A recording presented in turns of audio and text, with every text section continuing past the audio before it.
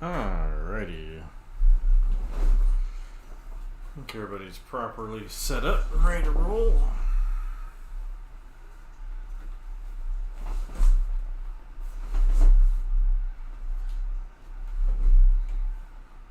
Good evening, everybody.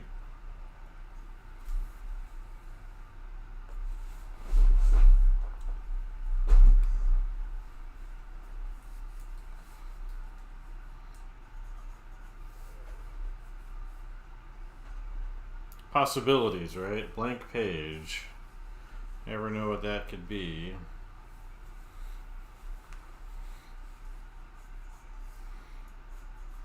I've been annoyed with the AI stuff today. I don't know if anybody else has been either, with the notification from Meta that they're going to be taking all the data and feeding it into their AI systems if they haven't already. And there's no options to opt out, period. So see a lot of artists kind of discussing what they think they're going to do. And yeah, so it's been on my brain all day.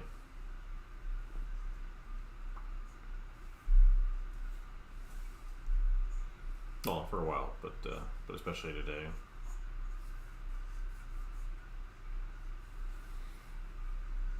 Kind of what is appropriate to do, what makes sense.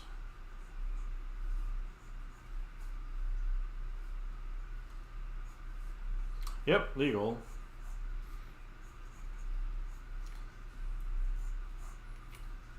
It's been legal for everybody else, so why not them, right?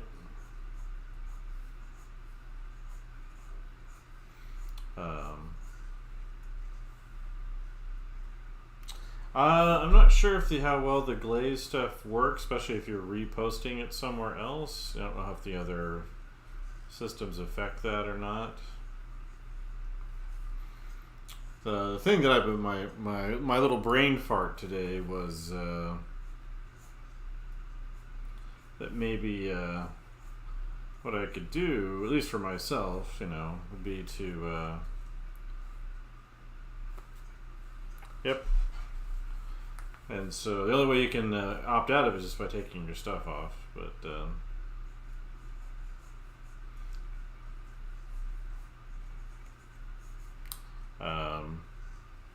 only other thing I could do would be to post, instead of finished works, or well composed kind of final images, would be to do where maybe you post kind of like works in progress type images, and then direct people to my site's blog or something to look at it, and I could go more in depth into process and things like that over there. Oh yeah, if you archived it, as long as it's in their system, it'll be there. So that's the whole crux of the issue.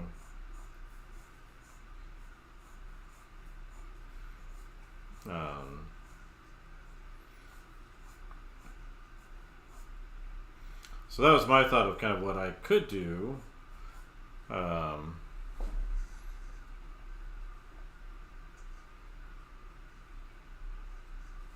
I've heard a little bit about the Kara app. My thing is just if there's nobody going over there, then in terms of not just artists but everybody else, then there's not really a good point to bother with it.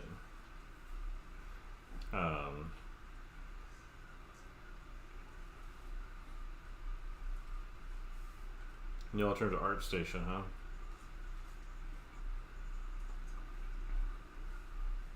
At least in ArtStation you can turn off, the AI stuff, theoretically,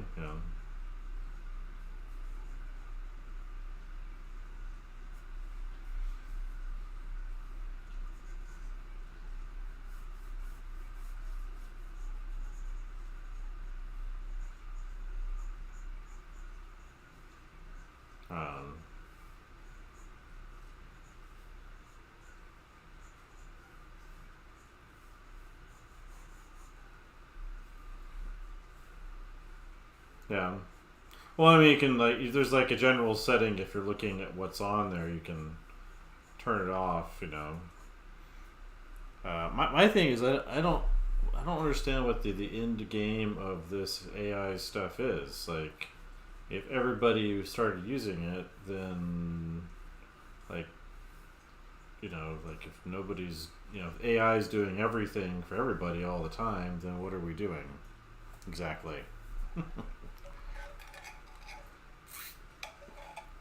It's not like it's leaving us more free time to be creative. It seems like it's just eating all that up.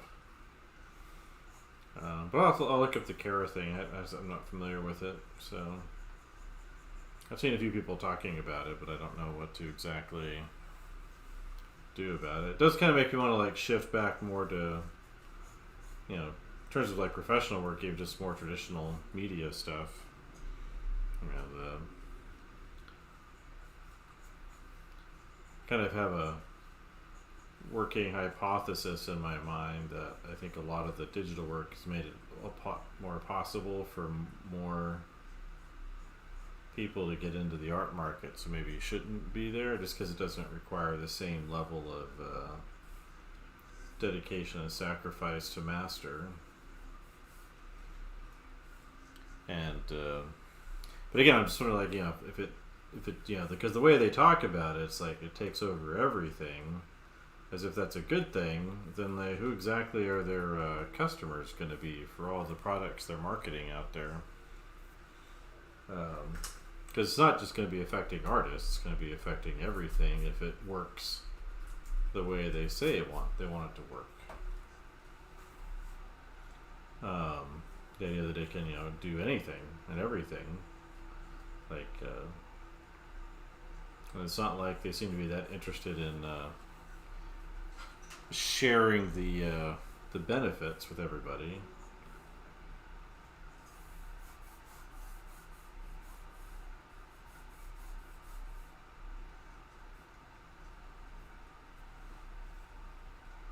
So I'm a little bit confused about like what that ultimate end game. Like, if it's going to be profits, it's going to be very, very short term, and short lived. If it just absorbs everything in. Put it over here. You know what I mean? Like, who's the like, how does it benefit me? I don't see what the benefit is. Yeah, but what's that billionaire going to do with it? Like, where are their billions going to come from if, there's no customers?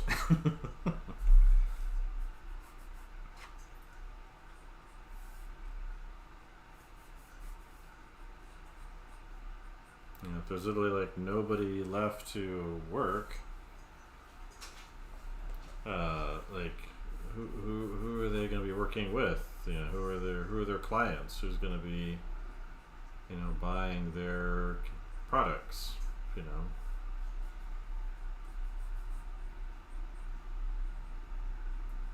I ask those questions of people that I personally know that are supportive of this stuff, and they look at me like they're confused by the question, like what's its relevance to anything? Look at this neat toy.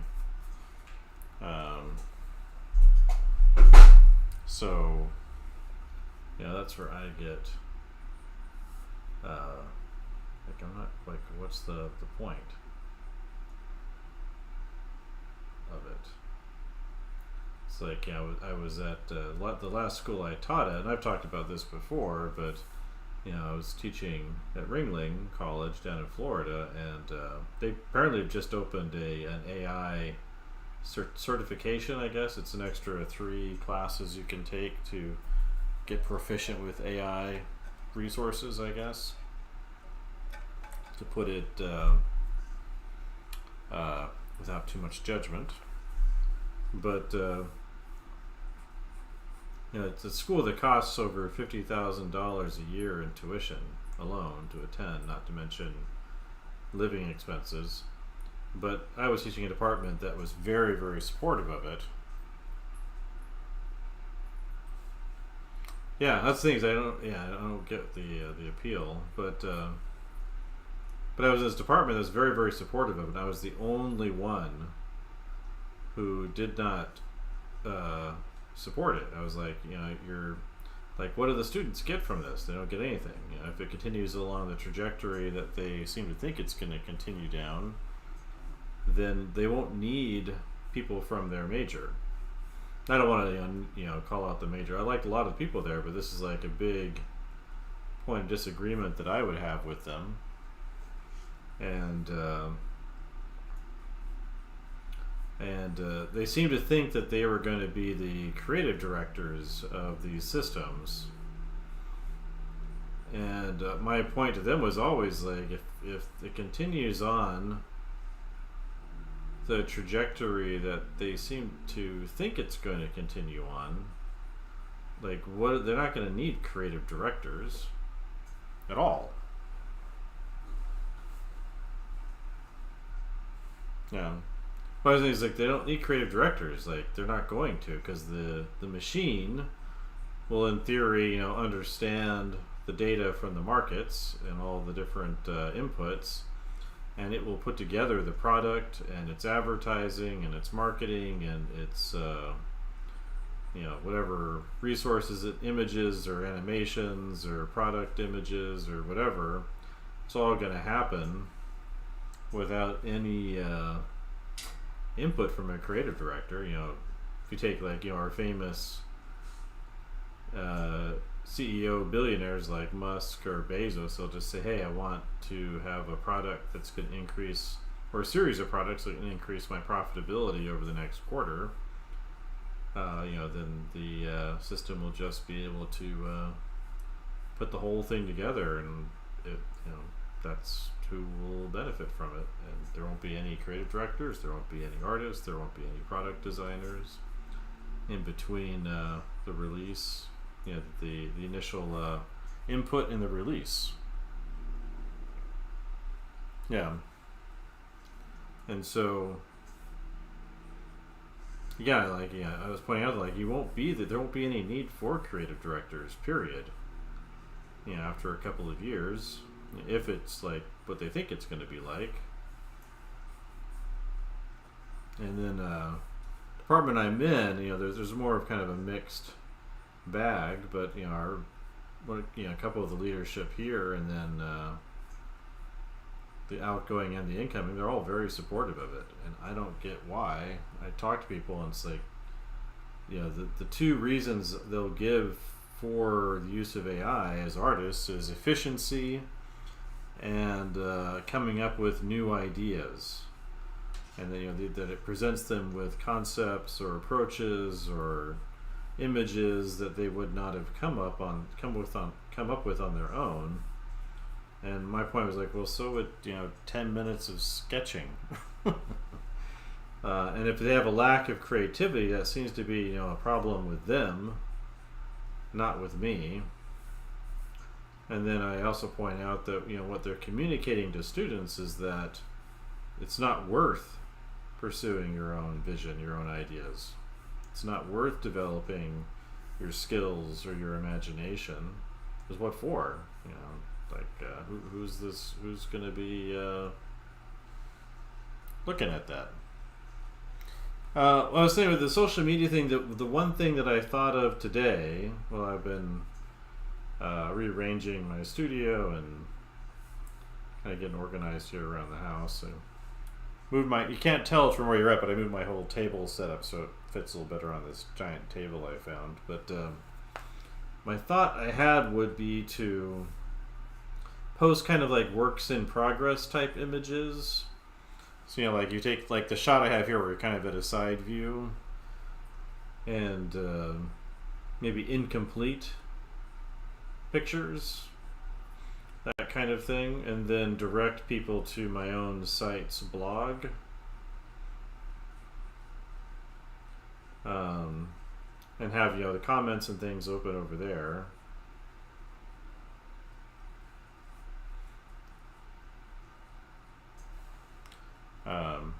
Then my interaction on my blog, my Instagram has been pretty low over the last few years, partially my own fault, where I kind of backed off it for a while.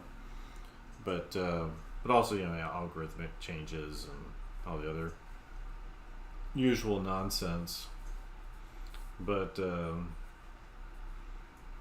that's been kind of my thoughts. Just pull everything off of here, especially anything that's relatively complete, and then send people over there.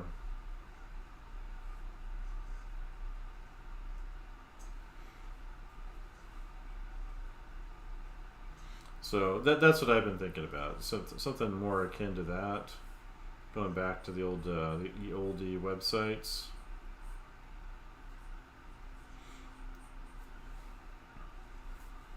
And that way, it's I'm less concerned about what the systems may take here, and that way I can also have more control over what goes up on my own site.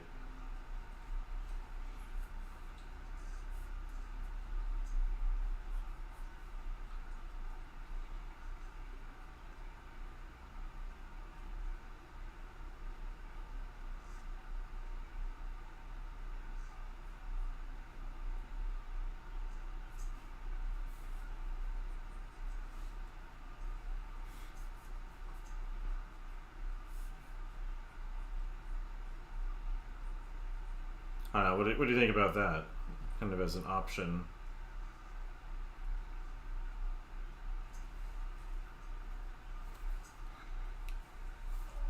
I think that's just a lot of work. You want to be able to, the way the social media stuff has been working. You want to be able to kind of throw stuff up and walk away without having to do all the old silly watermarks that people used to do back when they were focusing more on their own sites.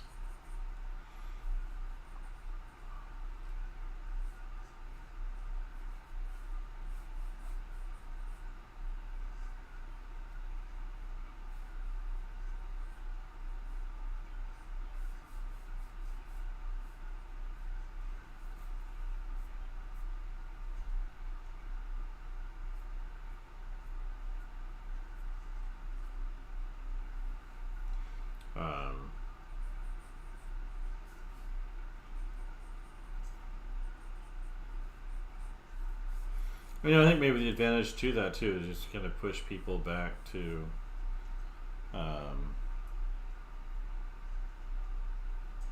it still falls into the database, but I think it's less applicable. But I'm thinking more like side views of things rather than straight on views.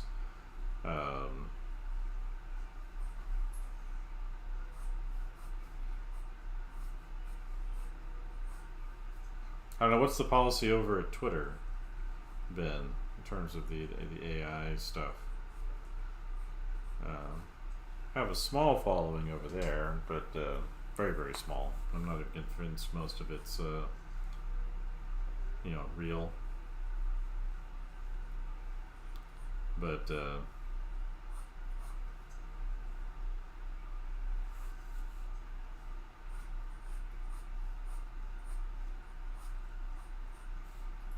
problem is you kind of want to be where people are at, and have them come to where you're at. In terms of you thinking in terms of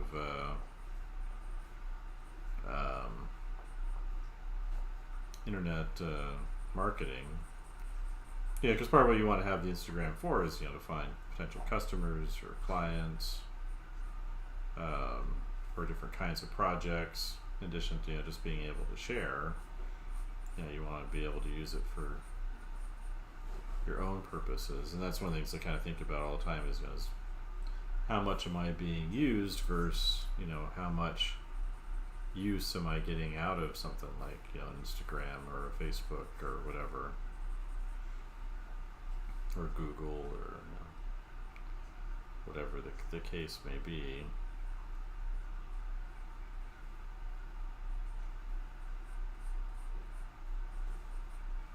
It was nice, when we had the old forums. It was nice for getting feedback, and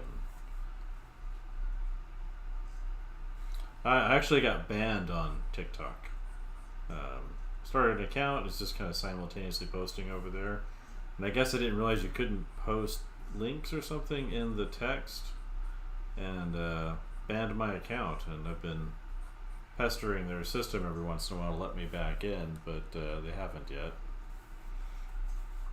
But that's what I've been thinking. What I could, because I always like to think in terms of what I can do about a problem, not so much the hopelessness of not being able to do anything about anything. I probably could make a new one. I'd like to be able to keep the name. I mean, I didn't really have. I think I had 3 followers over there. I just kind of recently started it up. I hadn't realized the limitation there. It's not like it put up a warning and said, "Hey, you can't put a link in there." As far as I could tell. But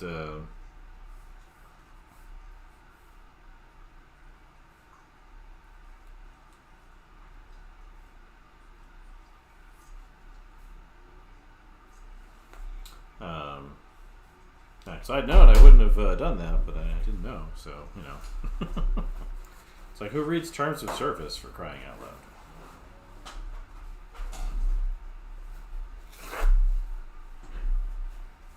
And if you post a link in an Instagram post, it just doesn't work. They don't really care. Yeah, it's interesting. I get way better interaction on my non-Reels stuff, on my old type of posts, than I do with Reels. But I think partially it's because my work's not very conducive to Reels as it is. So.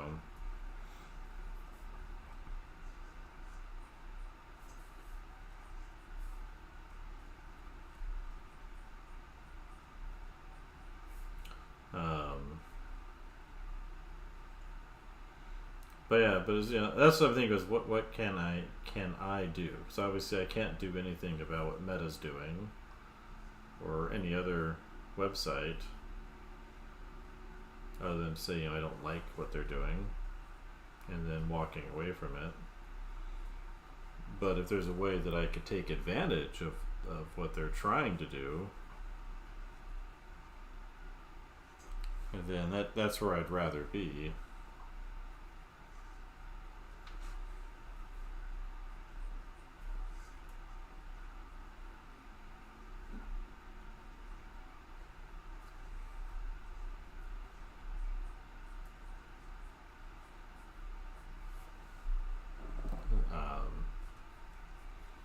And I know that's not how often people feel, especially when they're frustrated.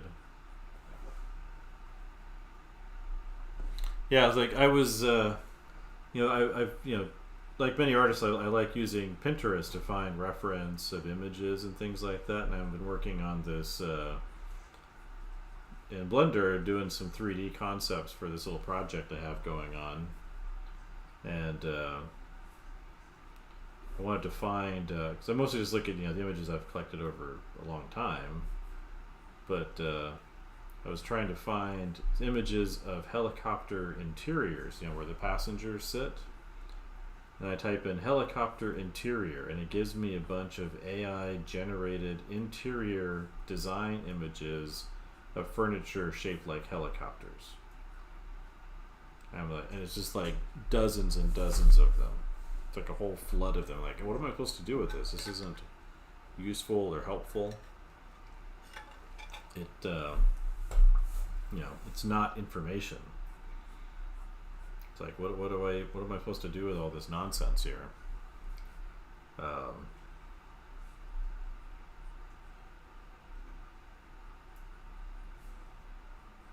So I've been calling it anti-information.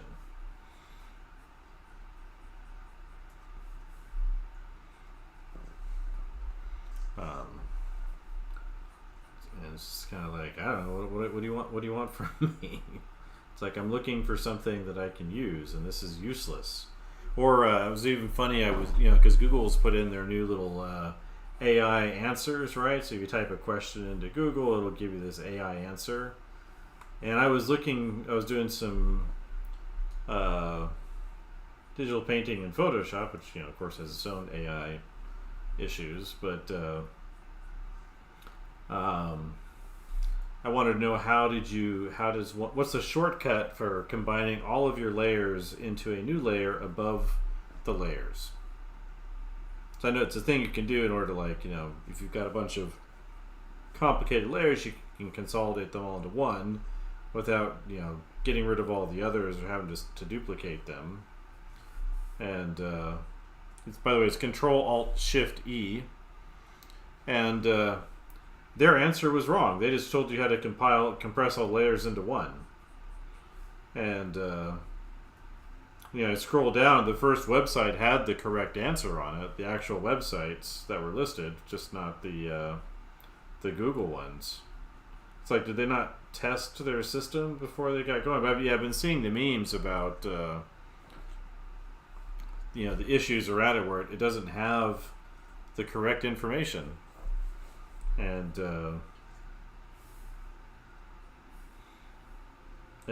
or it's telling you to do dangerous things like put rocks in your ass or something.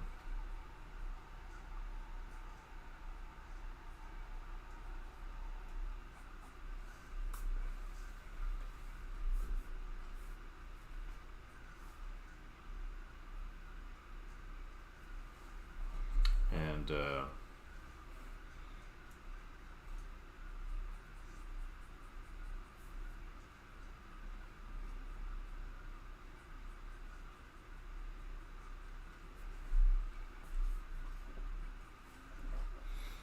so that's kind of stuff I'm just like, what are you thinking?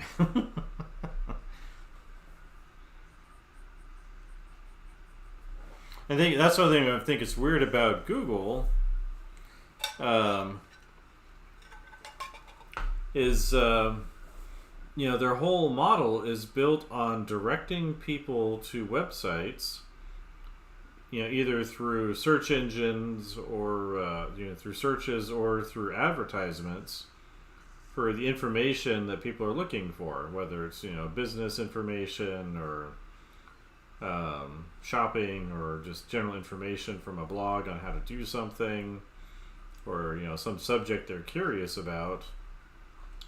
But if they're not going to be sending people to websites, then who's going to be advertising on Google? I don't understand their model, and I haven't heard anybody talk about what are they doing.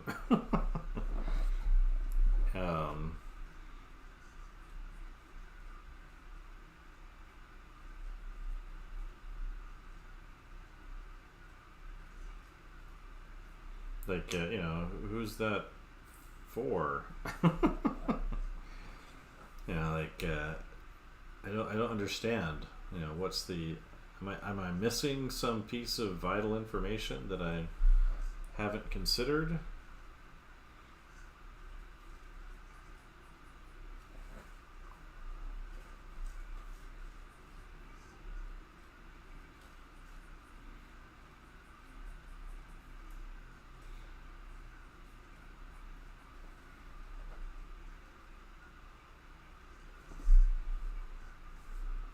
Yeah, but even if Google's collecting the best information, they still rely on advertising for their money, for their budgets. For paying their employees, they still have to,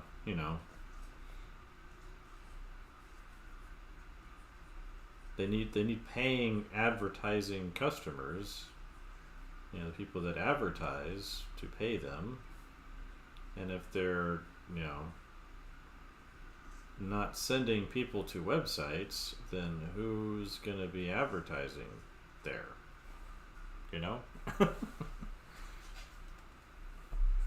That's what I don't. I feel like I'm missing some level of thought going on there. I mean, it's one thing to say, what if it was really great and it provided the correct information from day one and it was really helpful.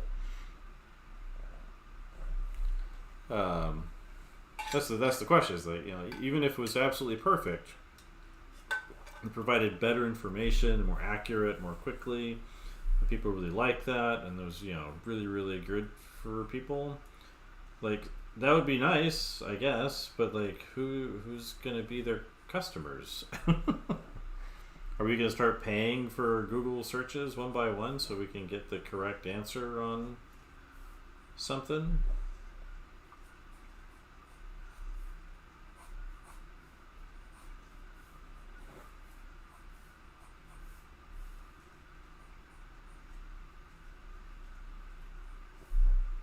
That's that's my question.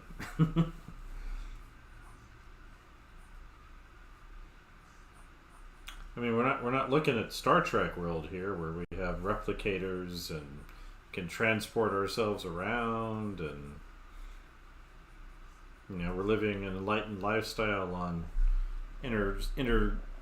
interplanetary spaceships. I just don't understand who. Like I said, even if the billionaires get all the money, they don't have anybody to give product to. Then they're going to run out of that real fast. It's hard to eat dollars or gold or whatever else they're holding on to. If there's nobody to exchange things with, then what are they thinking? Like, I'm very much a free market, freedom oriented person. Like, and I don't get the benefit here.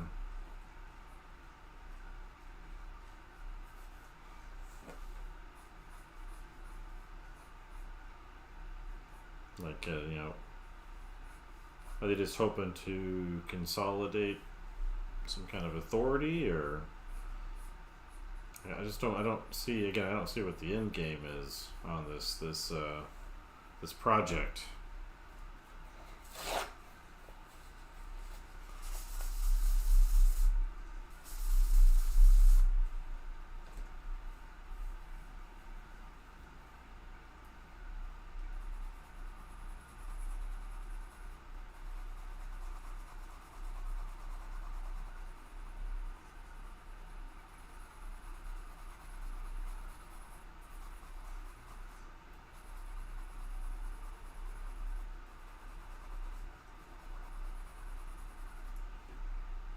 So that's my issue. I look at artists. What I've generally found is the artists or designers who are supportive of AI systems, they tend to be more on the production end of a project. So like animators or people that do rendering or editing, those kinds of jobs, those tend to be the people that I find are the most supportive of it. It's not people who come up with ideas. Though I have met a few that are like that. Well, it's like YouTube, that's the thing. Well, they have talked about on YouTube where they need to, I guess, disclose AI content. I don't know what that's going to mean.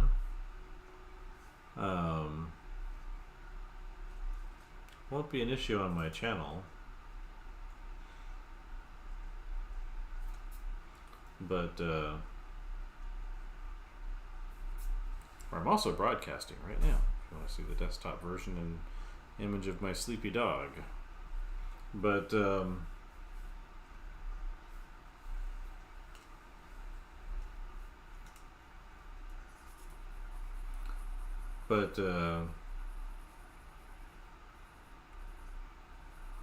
so I don't know what their plan there is, but yeah, I just don't understand like who's their customers going to be if they're not going to send people to other people's blogs or websites. Again, it's like what's the outcome?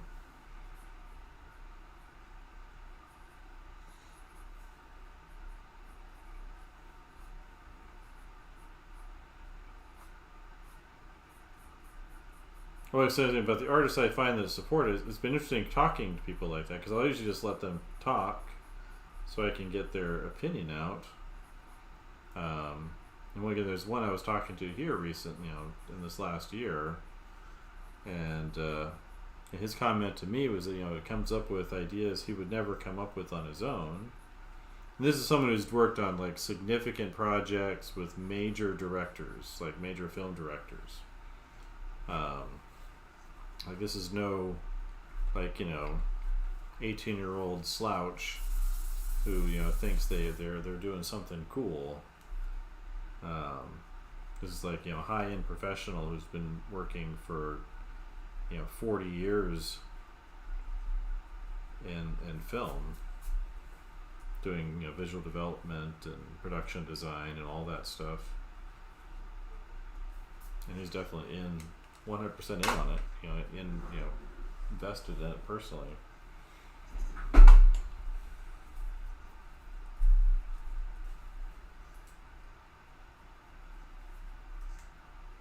And his response was, it's faster, and come up with things that he would never come up with.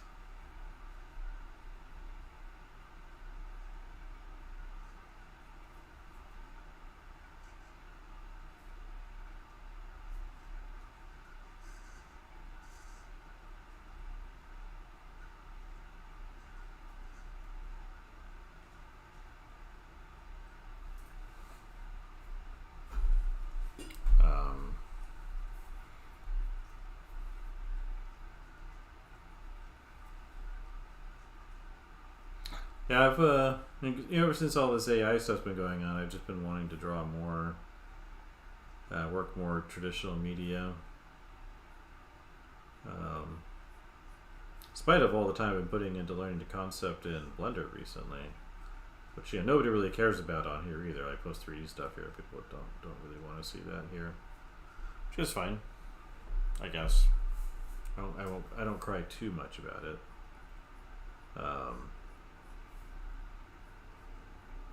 Been learning those Jama Jurabai of concepting tools in Blender. I feel like I finally got to a point where I'm pretty good at them. I've got sketchbooks for different purposes. This one's more for this Bramble project that I've been developing. I've got one that's been kind of a workbook. So I've been, because of the new teaching job I have where I'm a professor of concept design, the new university I just moved to, I'll be looking at some of the skills that I've kind of neglected.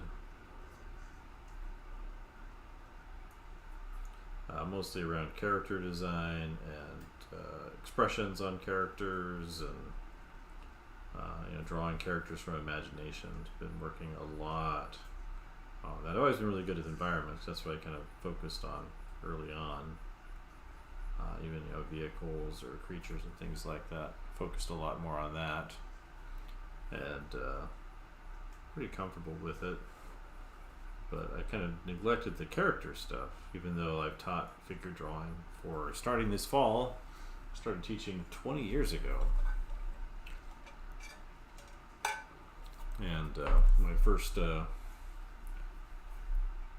drawing class was in fall of 2004, so it's been a hot minute. That was figure drawing, and so I've taught figure drawing for a long time, really comfortable with it, just never really pushed it into the drawing from my head area. So I've been copying comic book artists and practicing expressions and all of that since starting here and doing much. I think I'm doing a lot better than I used to.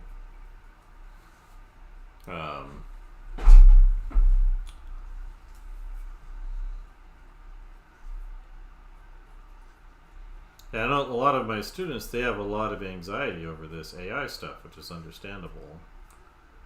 It's like, they've been, even though they're young, a lot of them invest a lot of time in learning to draw wanting to be an art major and make a living or do something professionally with the arts. And then suddenly, they've even got professors telling them that, they're not good enough, and that AI is going to be their jam. Even if they think they could be good enough, they still think that AI is going to be their focus. And what they're telling students, even if they're not directly saying this, is that they're not good enough. That the teachers don't believe that they are going to be capable of coming up with their own ideas that are worthwhile. That no one's going to want what they have to share. And I think that's probably one of the worst things that's coming out of this. I was trying to communicate with that to my last department I was in. I was like, you don't understand what you're telling students. And it's funny because it was my job to kind of come up with the drawing classes for the students, teach them perspective and anatomy and figure drawing and coming up with ideas and all that good stuff. And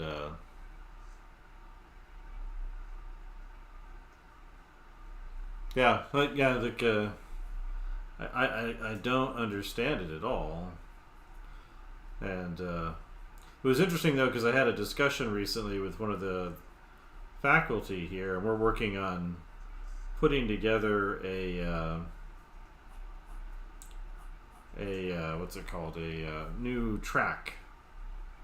And so I'm in the department name is called Communication Arts, and it's kind of a catch-all for illustration, visual effects, game art, kind of the professional visualization majors. So they don't have a separate illustration or game art major yet. And let's see, I guess I know what it is over here.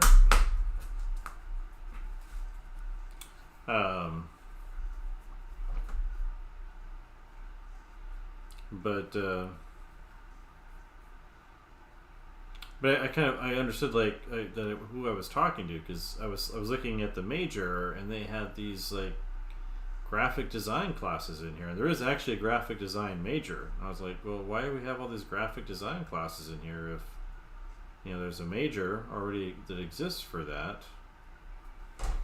And a full-on typography class. And I think it's all, typography is good information. I got a B in typography myself, so I think that was a long time ago. But couldn't memorize all those fonts. It's awful. They look the same to me, Garamond and Times New Roman. But the Bitstream library back in the day. But I was saying we need to have this, so it's more important. I don't see a course here on it's called editorial illustration or conceptual illustration, which is not the same thing as concept art or concept illustration. But that's more. It's more about visual metaphor and learning to communicate ideas, like abstract ideas, visually. Like you see, maybe with editorial cartoons, but more subtle and more thoughtful. And it's a huge area. It's really important in illustration for being able to communicate more complex ideas about the world or a subject matter to make it more understandable for readers. He had no idea what that was or what it was for. What visual metaphors were for, and I realized who I was talking to. I was talking to an animator, not an illustrator or an artist. I was like, this is way more important than typography, and we don't have any course like that here, as far as I could tell. Teaching how to use symbol and metaphor visually to communicate a concept. And So I was able to kind of come up with my own layout of a track, and I included that. But I also, it's like, they can also do typography as part of that. So you could have, typographical solutions as part of that visual exploration. Some of the other kind of design issues around illustration he thought were important. But like this is, it's a huge area. Like you open up any important illustration annual or collection of illustrations, and like editorials, big deal in there.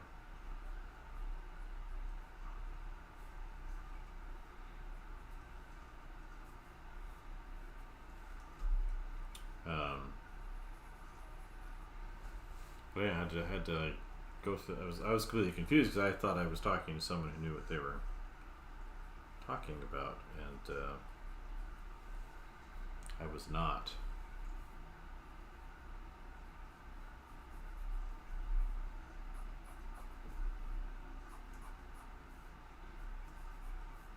I've often found that to be the case. It's like a lot of the times I'm dealing with confusion from somebody else, or myself maybe, is I just don't know, or they don't know what they're talking about.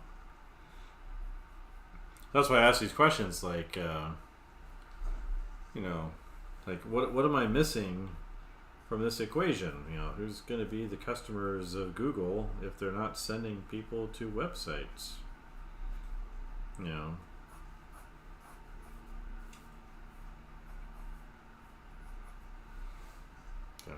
Who are they?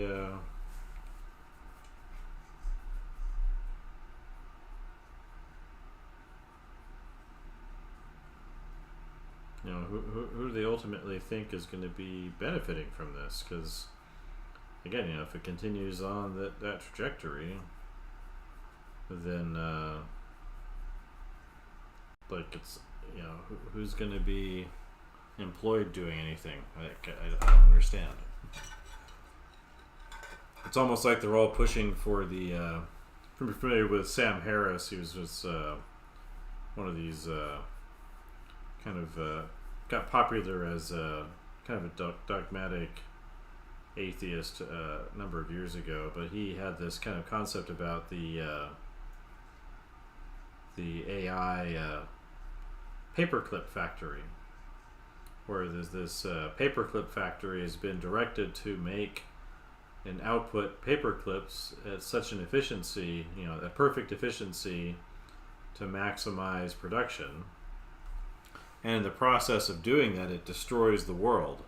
And it doesn't even care, because all it cares about is making paperclips. And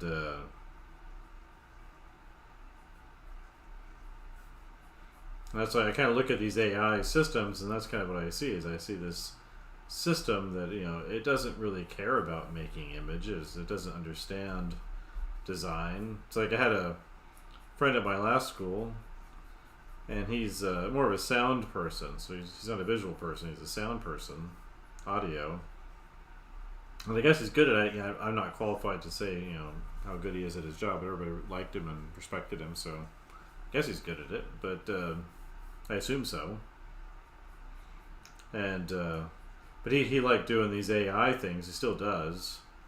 And he's like, check this out. I never would have come up with this. It's a porcelain camera. As if it's kind of a made-up Chinese style camera, but it's porcelain. And I was like, well, that actually wouldn't work very well. And he seemed like, what do you mean? Like, why wouldn't a porcelain camera work well? I'm like, well, porcelain lets light in, unless it's thick, super thick. Like it's not very good at blocking light completely. You need something that's going to block out the light. So if it's thin enough to be carried around, or built well as a porcelain object, it's going to be thin. And it wouldn't. Light would transfer in, it would destroy the film.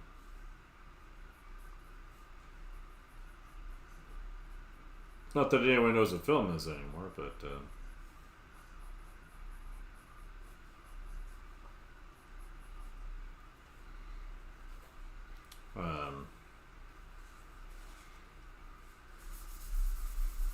he seemed very impressed by the idea of this porcelain camera, and I'm like, well, I guess it looks neat.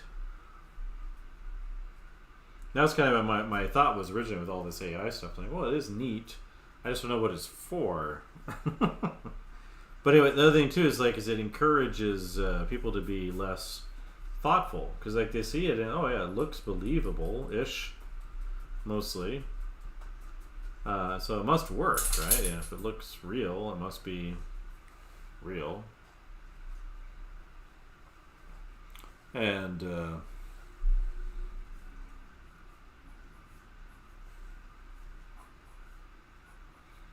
obviously, right? So, And that's the other thing I've been thinking too, is it's kind of a peak expression of the Dunning-Kruger effect, which I don't know if people are familiar with that one or not. But basically the idea with Dunning-Kruger effect is that people who tend to believe that they're really good at things are not actually good at those things. It's people that feel like they're confident about doing some kind of skill, while people who tend to be less confident about that skill they're trying to do tend to be better at the skill than what they think. So it has two sides. And so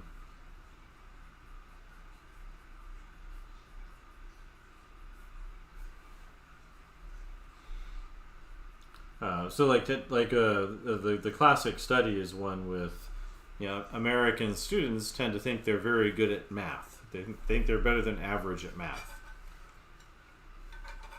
when in fact they're not. We're Americans, we tend to fall pretty far behind on that curve.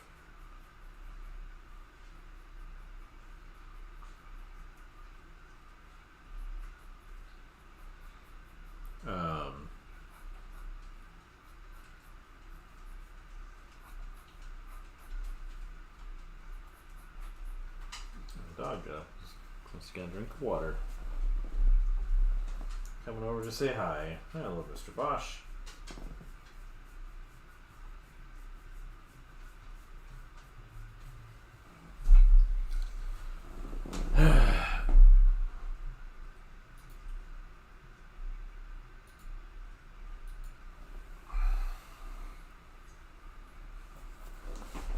Yeah, something, but yeah. So anyway, that is it. So that's what I kind of see too. People think that they're accomplishing something when they're using these AI systems, when they are in fact not actually doing anything, and I think they're actually harming themselves in the long term, maybe even the short term, because I think it'll atrophy their ability to think for themselves at all. People have a hard enough time with that, these days, with all the distractions and craziness of everything going on all the time, because they're going to be, reducing the need to be thinking about anything, and it may find interesting solutions or whatever, but it's always possible. I don't know. Generally skeptical about everything, but it might come up with unconsidered solutions or data sets or connections that no one else thought of before. Maybe that's what they see the benefit of it being, but but I look at it and I'm just like, I don't know.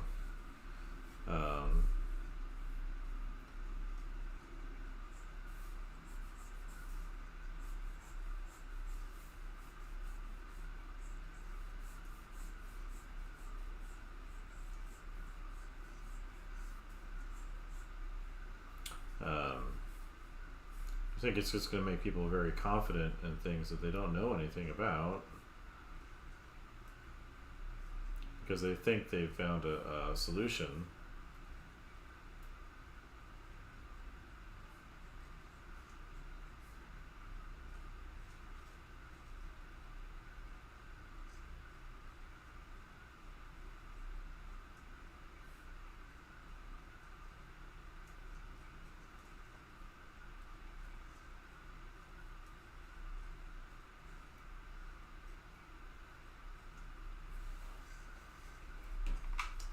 So yeah. So yeah, just telling you. I mean, if I miss something, let me know. But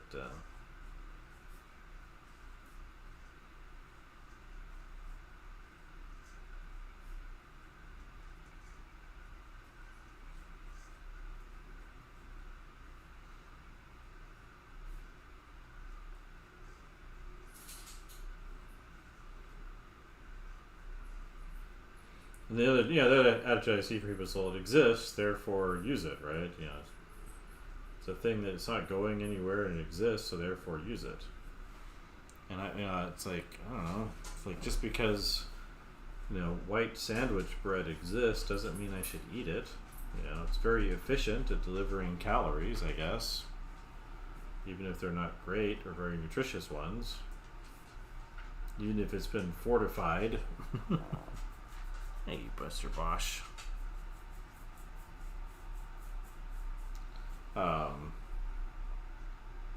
Just because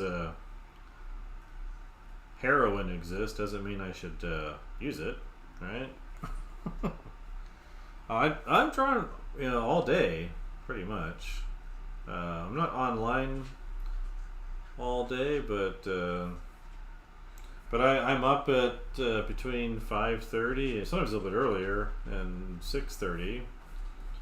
Take the dog out for his constitutional, and then I've got like a little morning study thing that I'm doing, which has been partially that kind of learning to draw people more from my imagination thing, and also I've been going through some books I've wanted to go through for a long time, so copying and reading them and copying them.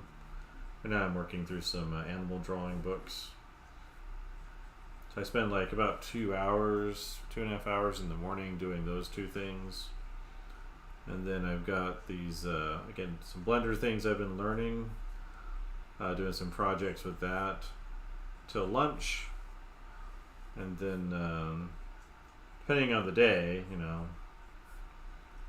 I've working on this concept project.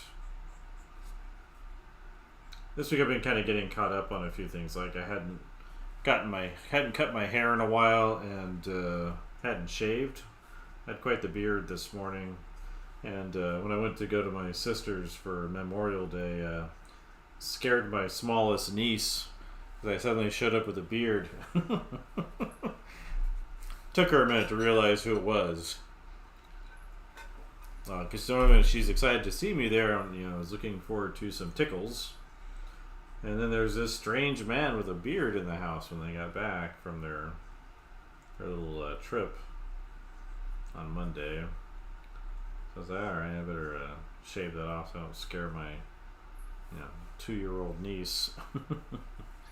But one thing you're dealing with when you've got the sore wrist is you may be developing carpal tunnel syndrome, and you want to avoid that at all costs. And one of the tricks for doing that is to not draw with your wrist. So if you pay attention when I'm drawing, my wrist really doesn't move very much, if at all. I'm drawing mostly with my elbow or my shoulder.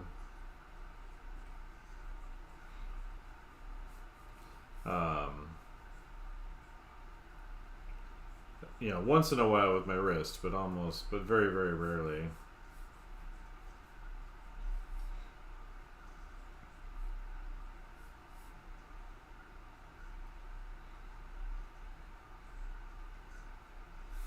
And so that can help a lot. I actually gave myself carpal tunnel syndrome last summer, or had it finally show up, and it was not because of drawing.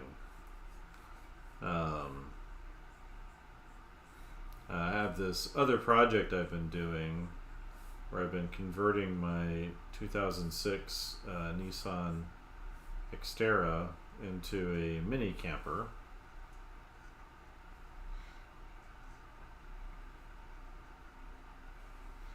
And so I was bolting and unbolting things off with a screwdriver, and gave myself carpal tunnel that way. It took a few weeks for the numbness to go away completely. when I realized what I was doing. So, yeah, you want to be careful that you're not doing this or this with your wrist all the time. You want to be drawing with your elbow or your shoulder. Like always.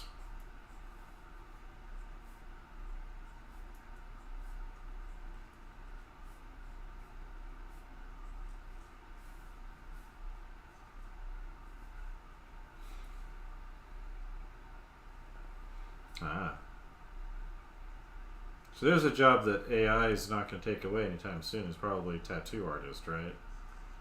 Maybe the designs, but not the artist. It's probably just too expensive to make a tattoo machine.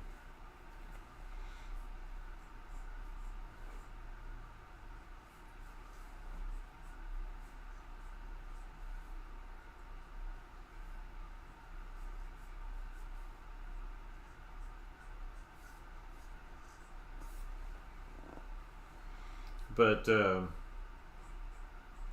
actually, I have a couple of friends who they studied kind of classical drawing and painting in I think it was in Florence, Italy.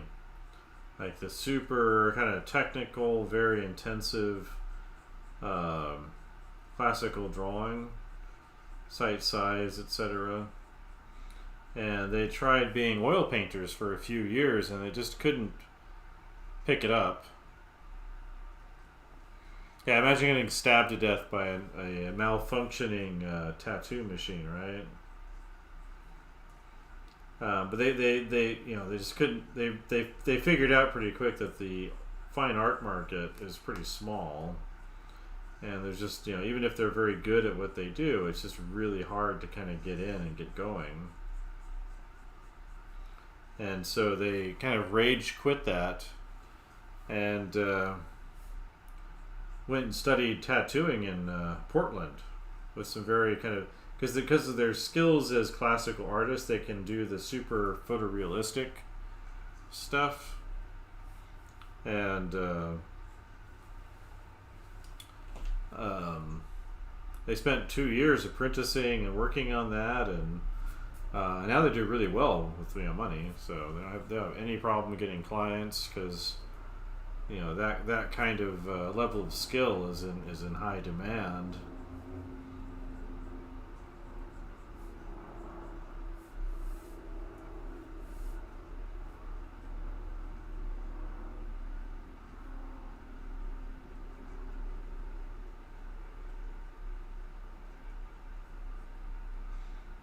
I always thought that was an interesting little tale there.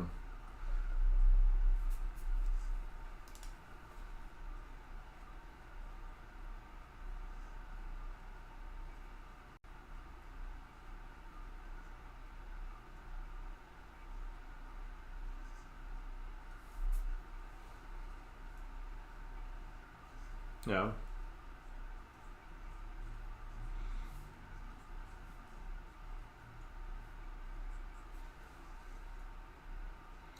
Have I ever drawn Warhammer?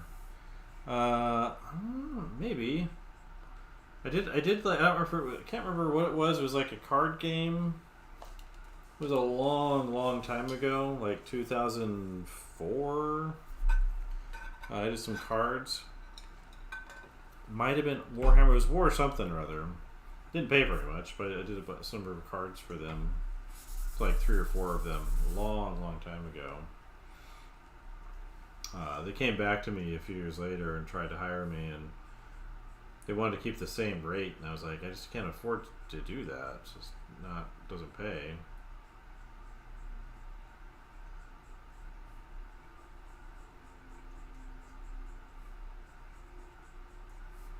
Might have been Warhammer, but I don't remember. Ja nie точно помню.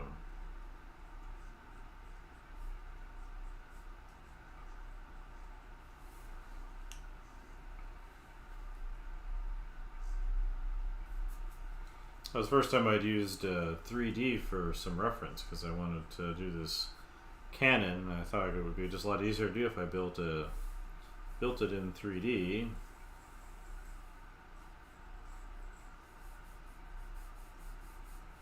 and then positioned it and then traced it for the image.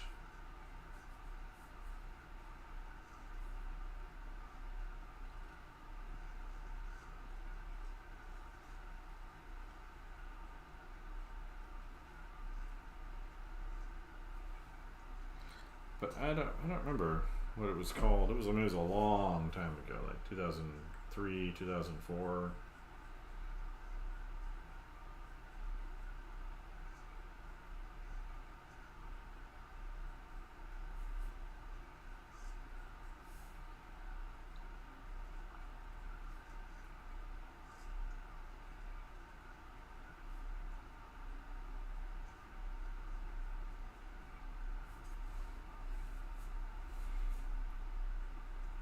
Is there a particular reason that question got asked there, Vlad?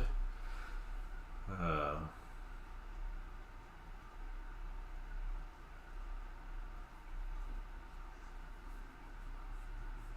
maybe if you saw something.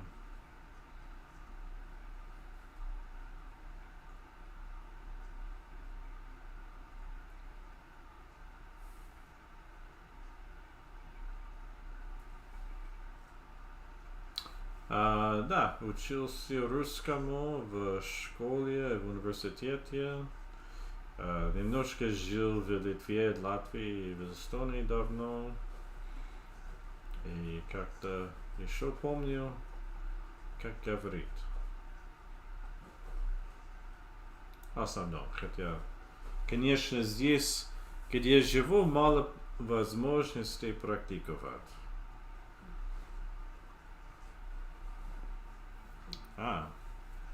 Muscovite. Любимая машина Москович. Я же когда-то был в Москве, давно. Когда жил в Гонконге, один раз посетил Москву. Один раз раньше.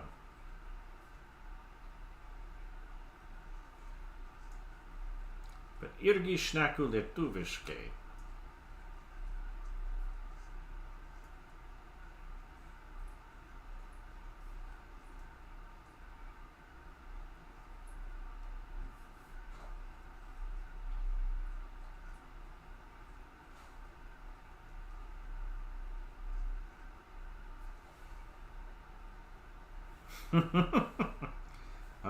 Žal.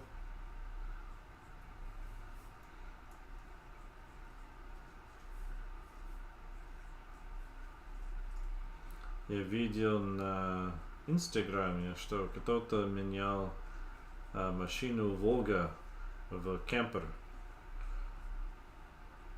Смешно.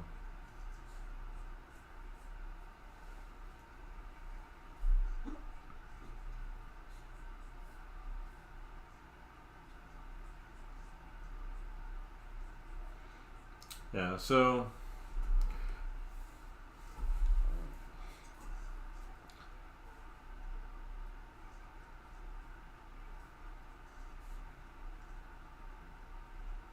that's what I'm thinking about that AI stuff, is maybe do that own thing on my own place.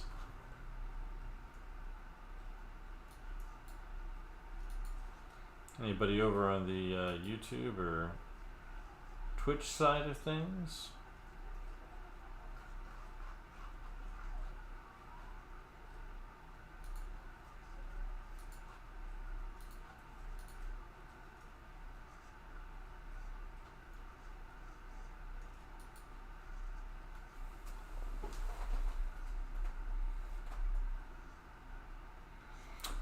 I have a college degree and I have a master's degree. I have an undergrad in illustration and a master's in painting. The graduate degree is from New York Academy of Art, which is the only school I'd want to go to for that. But I don't know. It depends.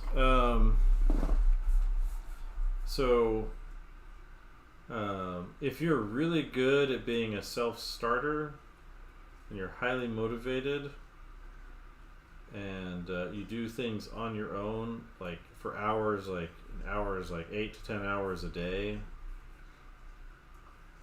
then you can be kind of an independent online student. So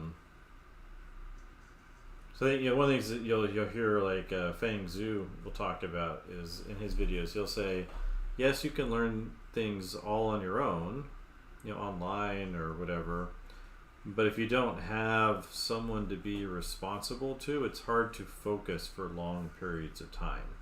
And so when he says hard to, someone to be responsible to, he's talking about having like grades and due dates and all of that stuff, because it's easy when you're working on your own to just kind of pause or get distracted or do other things or think you're doing better than you're doing or work on things for far too long or not long enough. And so I always say, you need good formation, but you also need, in my opinion, you need some kind of mentorship or mentor to go along with it. And so school can serve as that function, like a formal education. Например, Институт имени Сурокова там в Москве, либо Репина в Питере. I visited the Surokov Institute in Moscow when I was there the last time I was there, which was a long time ago now, seeing how there's some kind of political difficulty between our countries.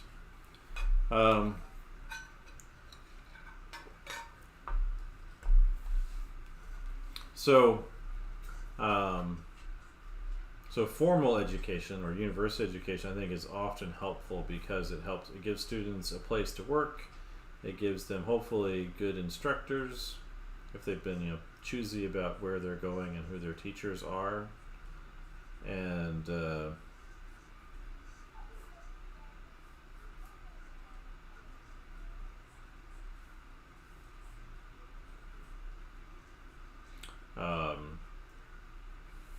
and that's the trick.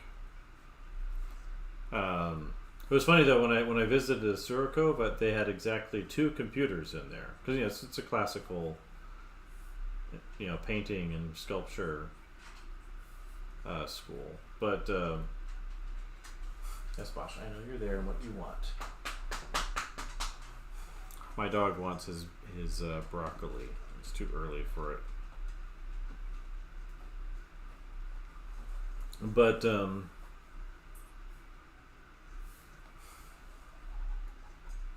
so I think it helps to have some kind of formal situation where you can study, because it gives you a place to study. It gives you other people around you physically who are there to help, and that you can share your problems with and your journey with, that are also students.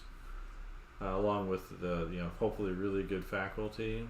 There's really good places, at least in the United States, there's really good places to actually go that aren't as expensive. Like there's a school I used to teach at in Utah, the Utah Valley University, and they have really good faculty, and it's a public university, so it's not as expensive. Even if you're coming from out of state, it's still not as expensive. Probably hard for you to go there, but there's digital art schools and things in Russia, right?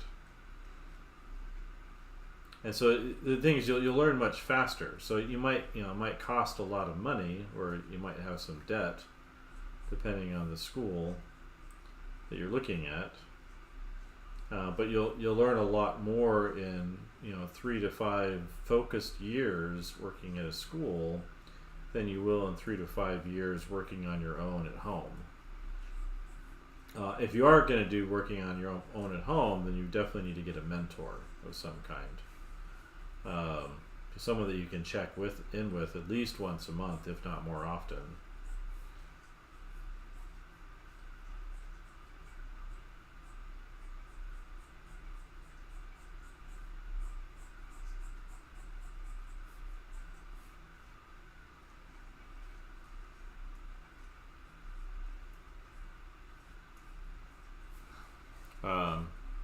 So that would be kind of my thoughts on that. Is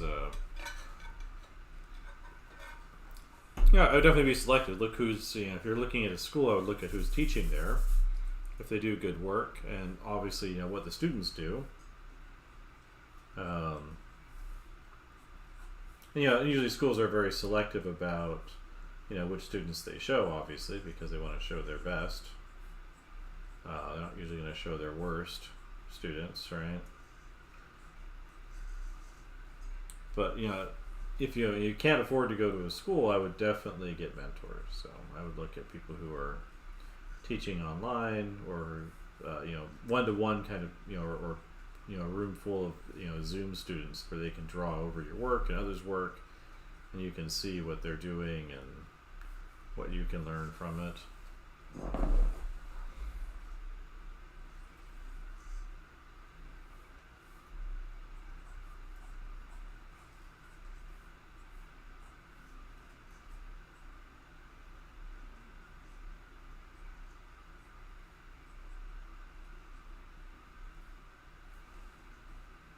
So I don't know if that helps or not. And there's no pamagalia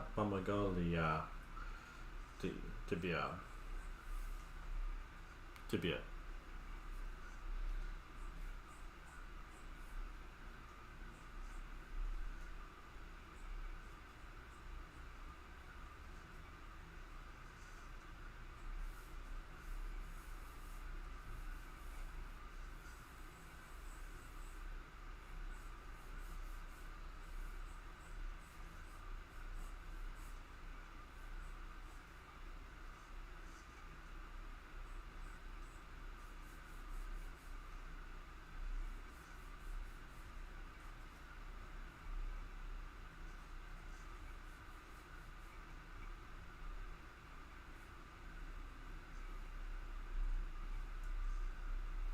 Yeah. Хорошо тогда.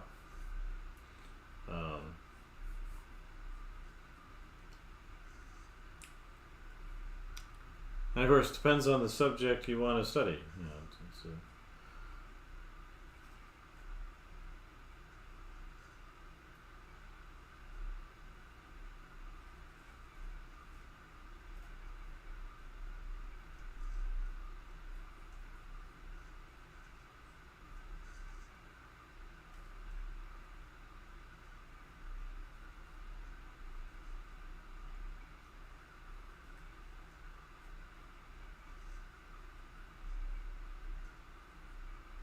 I've done it before, like taught online. It's been a while. Online privately, that is. I've taught online during COVID, of course, for my university students, but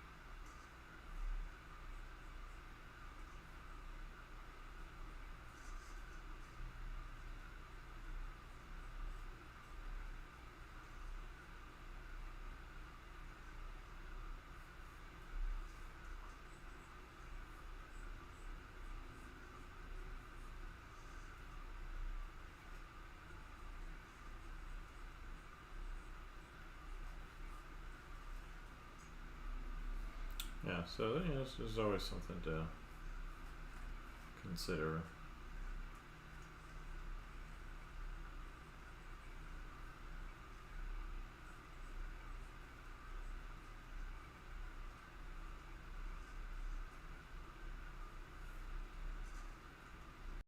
A little bit.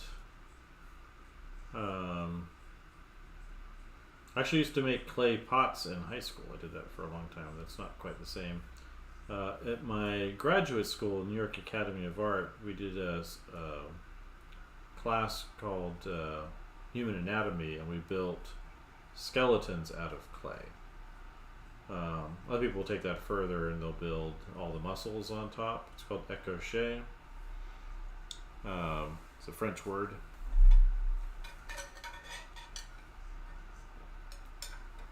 Oh, it's almost 10, huh? That's why the dog was bothering me. It is almost time, huh, Bosh? I knew the dog was bothering me for some reason.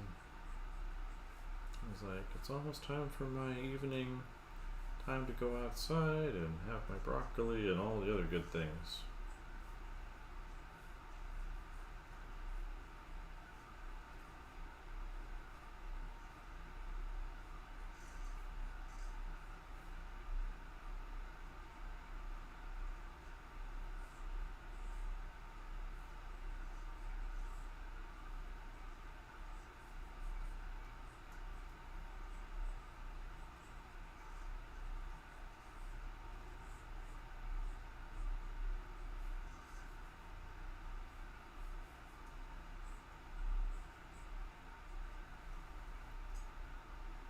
I graduated in 2010. So it's been 14 years. I loved it. You know, it was really intense, and I was actually feeling kind of depressed at the end because it went by so fast, and I learned a lot. They have a class where you can go to the museum and do copies. There's actually a class now that's really cool where they bring animals into the classroom. They didn't have that when I was a student, but they actually bring like horses and birds and lizards and live animals into the classroom, like goats and sheep, and like they in downtown New York they bring a bunch of these animals into the school, and they spend a day drawing them. With Wade Schumann, she just seems like a really great class. I wish that existed when I was a student. They focus a lot on kind of like old masters, so like Rembrandt and Rubens and Caravaggio, Velasquez, especially the Baroque masters. And it's gotten more expensive too. It is a private university, so it costs a lot more than state school. Yeah, it's really I went to that school because like the best painters teach there. So if you look up Stephen Assail and Vincent Desiderio and Margaret Boland and all the artists that I really respected, Dan Thompson. There's more now even that teach there that it would have been great if they'd been there when I was a student. But Peter Drake, of course, he's fantastic.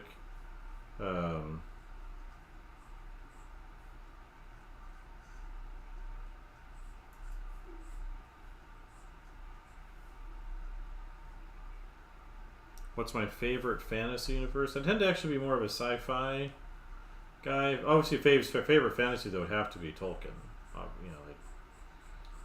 Like everything's based off Tolkien. And things that he was doing in terms of modern fantasy, they all tend to lean on.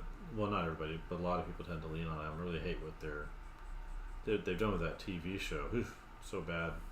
But I'd say definitely Lord of the Rings and The Hobbit. I used to read those books every year. I haven't in a while, but I used to read them every year.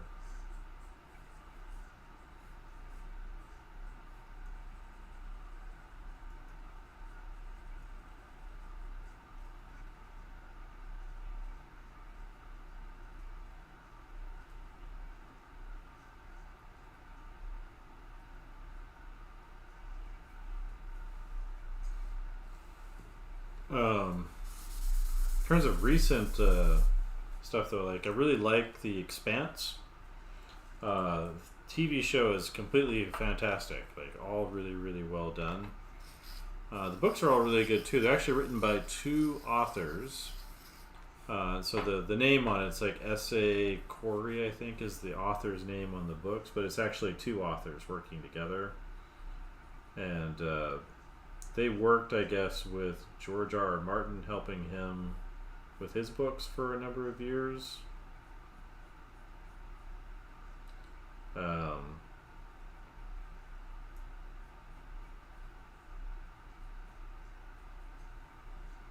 But The Expanse, I completely recommend.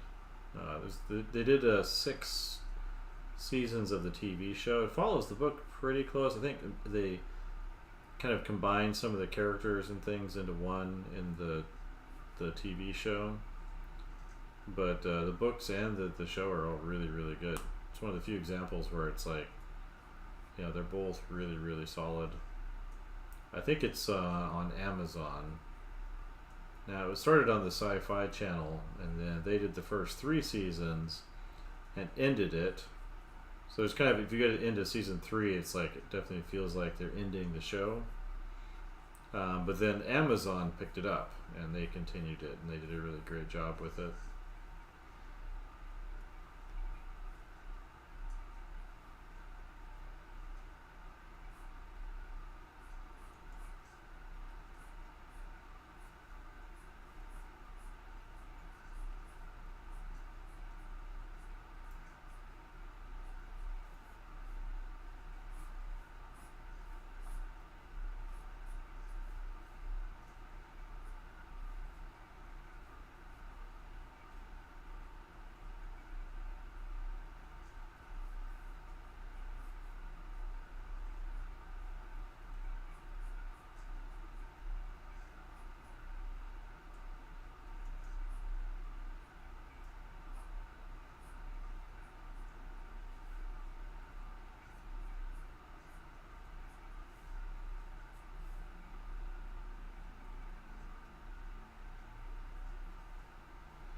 So that's a more recent one.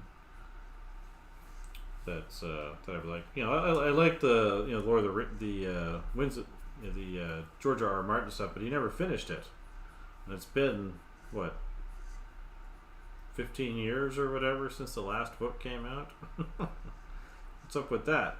So it's hard to recommend those, if he's not going to finish it.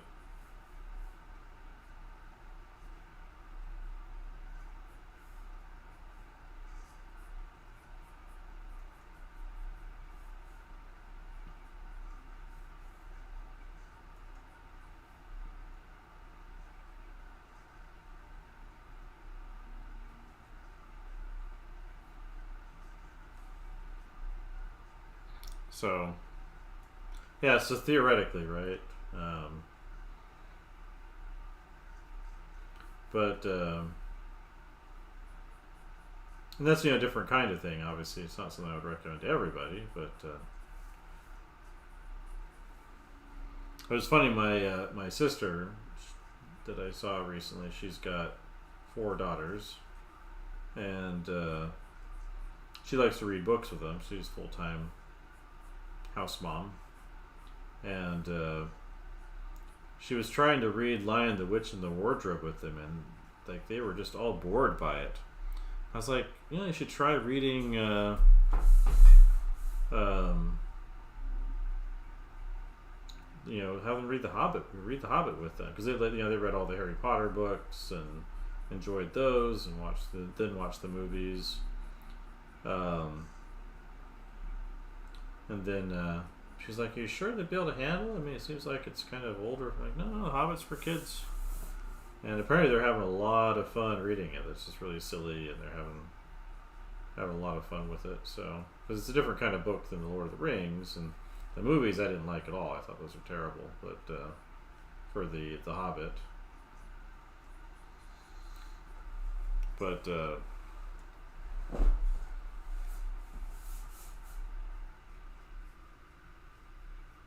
I always like Jules Verne. I always think is really great. If you're looking for like some cool sci-fi stuff that's a little bit out there, like Journey to the Center of the Earth or 20,000 Leagues Under the Sea, just because he was such an original for that stuff at the time.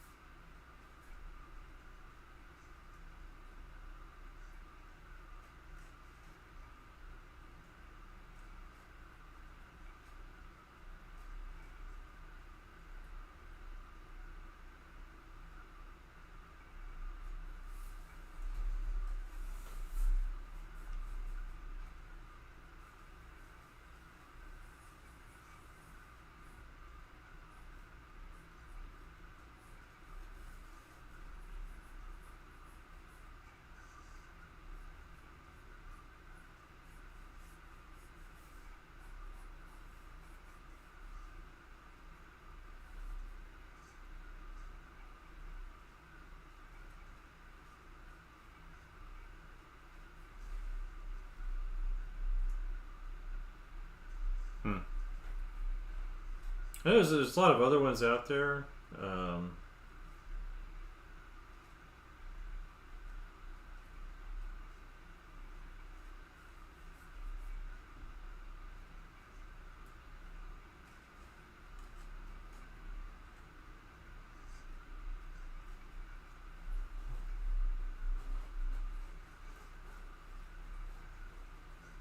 I had a roommate who read a lot of fantasy books, and historically I haven't actually read that much fiction. I tend to focus a lot more on nonfiction with my books. I really got into the whole Expanse thing. It's really interesting. It's about if you haven't read it or watched the show, it's about like a near future Earth solar system where it's like, I think it's like 300 years or so in the future, and we've settled Mars, and there's people living out in the asteroid belt, and it's been this way for a long time, and like we live in a world where everything's always, at least on Earth, everything's very much automated, and so there's very few people that have jobs. So there's a UBI, but people who don't really have a purpose, they just kind of sit around and they don't do anything, which is probably what would happen, if we didn't have any work to do and there's nothing worth doing. We wouldn't do very much. I think that's just human nature. People don't like to hear that, but I think that's what we're like.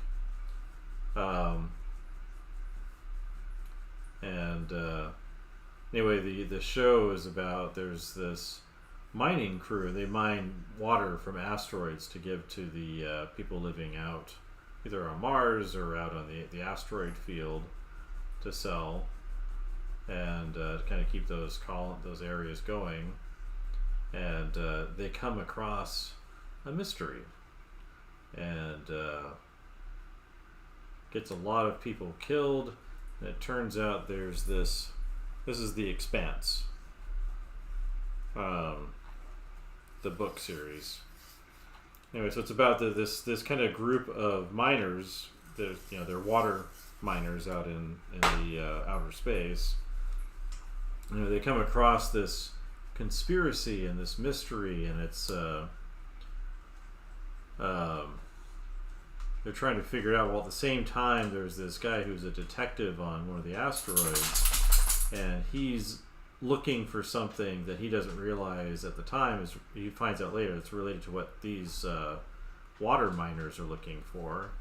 Well, meanwhile on Earth, there's this UN ambassador lady, and she's also looking into some kind of conspiracy, but she doesn't realize it. And so they're all kind of looking for the same kind of thing, and it turns out to be something that could undo all of the work that's been going on with humans in the solar system. And I don't want to say too much just because I don't want to spoil anything, but it's a problem that's been brewing for millions of years that they just don't know about until they discover it. And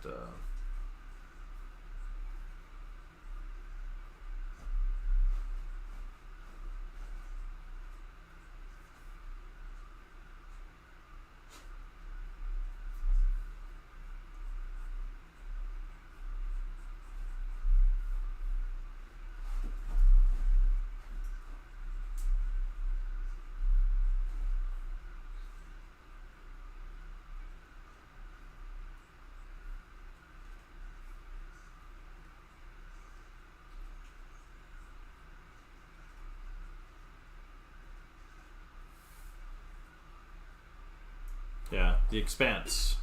S.A. Corey. S.A.Corey. And they have like they're called novellas, which are like short stories. So they have like they call it the Epstein engine, which I think is kind of a funny name now, but it's a way of traveling around the solar system at higher speeds.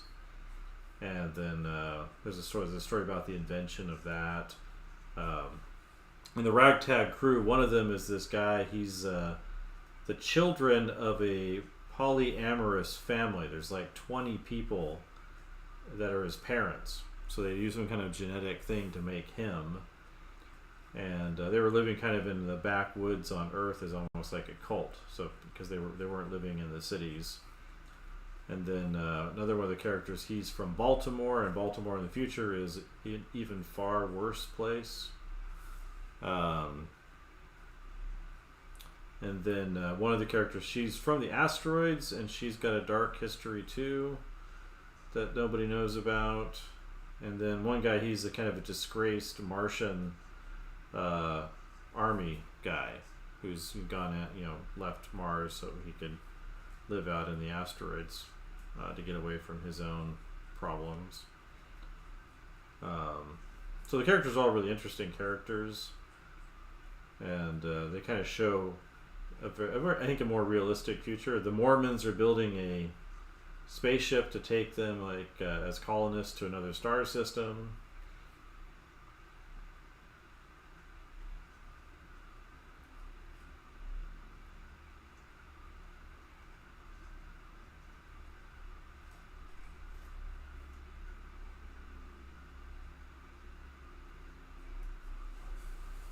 So anyway, it's 10 o'clock for me. So I think we're going to call it there for tonight. Thank you to everybody that came in. I usually appreciate it. Probably more thoughts on AI in the next, in the coming days as I'm trying to figure out what I'm going to do with this account, just because there's problems and I'm not sure exactly what to do. I may have thoughts, but no decisions. But hopefully come to something that works out, that's beneficial for things that I like to do. So have a good night, and talk to everybody later.